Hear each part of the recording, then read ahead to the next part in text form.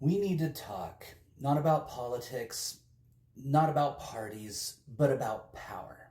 The raw, unearned kind, the kind that doesn't listen, doesn't compromise, doesn't recognize boundaries, the kind of power that rules, not governs, that demands loyalty, not reason.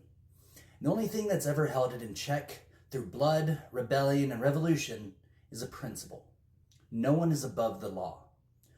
That truth was carved into stone in 1215, when King John was forced at sword point to sign the Magna Carta. It wasn't a declaration of liberty for all. It was a contract of survival between a tyrant and the men he could no longer control. But in that moment, a sacred fracture formed in history. The divine right of kings was pierced. Law, for the first time, became something not just imposed, but something that could restrain the imposer. The sword bowed to the scroll. That seed took centuries to grow.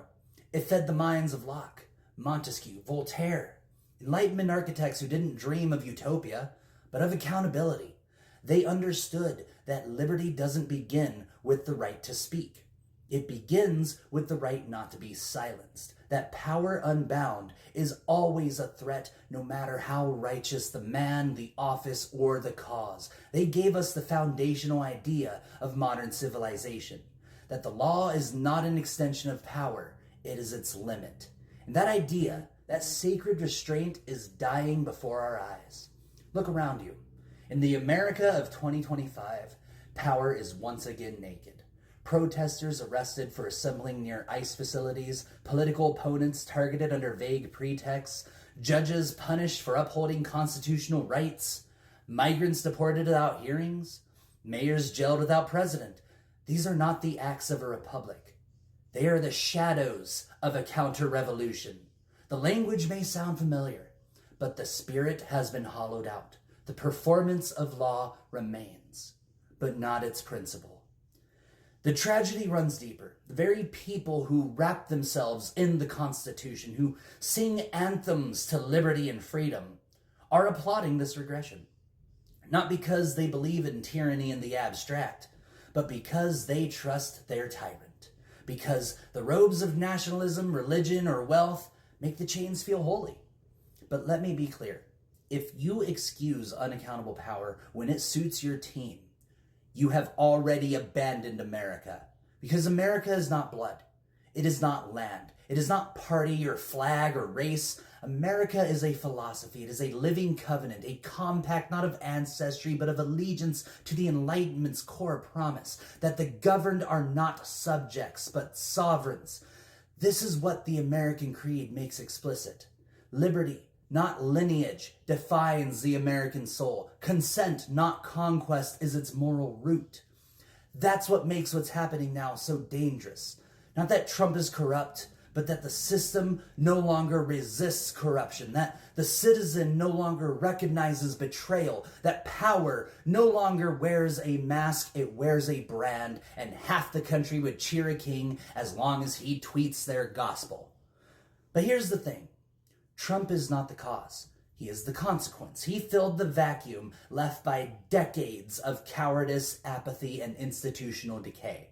Corporate consolidation, civic disengagement, the cult of consumerism, these didn't just weaken the people. They severed our connection to the very structure of liberty. Democracy became theater. The citizen became a spectator, and power, sensing no resistance, claimed the throne once again. So let us say it clearly. If the president can imprison a mayor on a whim, if a federal agency can disappear people without trial, if the courts are stripped of their independence, then the system isn't broken. It's reversed.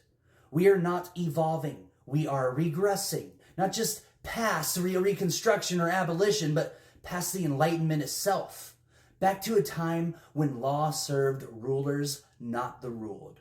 Back to a world where your rights were not sacred, but conditional. And that, more than anything, is un-American. Because the American identity is not about heritage.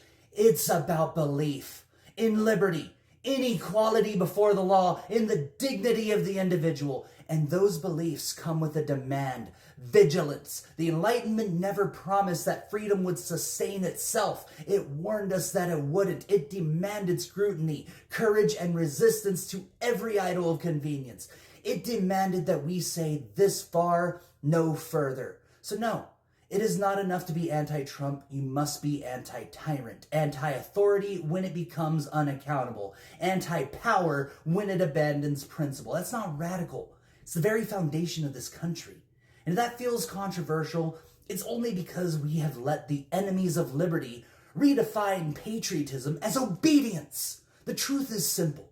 If your nation cannot guarantee trial before punishment, if your leaders can arrest critics without evidence, if the law bends for one faction and crushes another, then your civilization is beneath the Magna Carta. And if you accept that, then you are not defending America, you are betraying it. But there is still time. The corruption of power does not erase the principles it betrayed. It reveals the urgency of their rebirth. What we need now is not just resistance, but restoration, a second enlightenment, a renaissance of reason, where liberty is not rhetoric, but architecture, where justice is not performative, but infrastructural, where America doesn't just remember what it was, it becomes what it was meant to be. We must choose. Either we live by Enlightenment principles or we admit we never believed them. Either we return to the architecture of freedom or we let it crumble while singing about its ruins. There is no middle path. And if we do believe, if we are willing to stand not for kings, not for flags, not for saviors, but for a system where no one is above the law, then we must act like it. Because that is the mantle now. Not merely resistance, but resurrection. Not nostalgia, but renewal. A sacred duty not to preserve the ashes of the Enlightenment, but to reignite its fire. And this time, let it burn so brightly no king dares approach it again.